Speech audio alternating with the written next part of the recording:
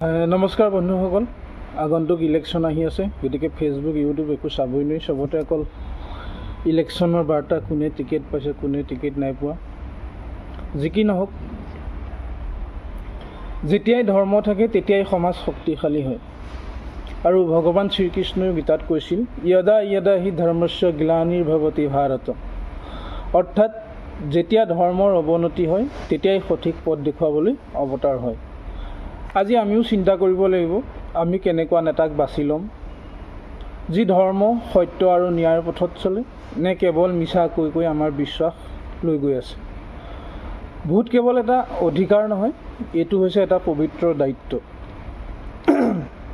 যিজনে সমাজৰ মংগল চিন্তা কৰে, সততা আৰু ন্যায়ত বিশ্বাস কৰে, মানুহক বিভাজন নকৰে, একতা গঢ়ে, সেইজনেই আমাৰ বাছনি হোৱা উচিত। মনত ৰাখিব, ভক্তি মানে কেৱল নাম জপ নহয়, ভক্তি মানে হৈছে সত্যৰ পক্ষত থিয় দিয়া। এইবাৰ ভোট দিয়ক ধৰ্ম, ন্যায় আৰু সৎ নেতৃত্বৰ পক্ষত। সঠিক সিদ্ধান্তই সঠিক ভৱিষ্যত গঢ়ে। জয় আই অসম।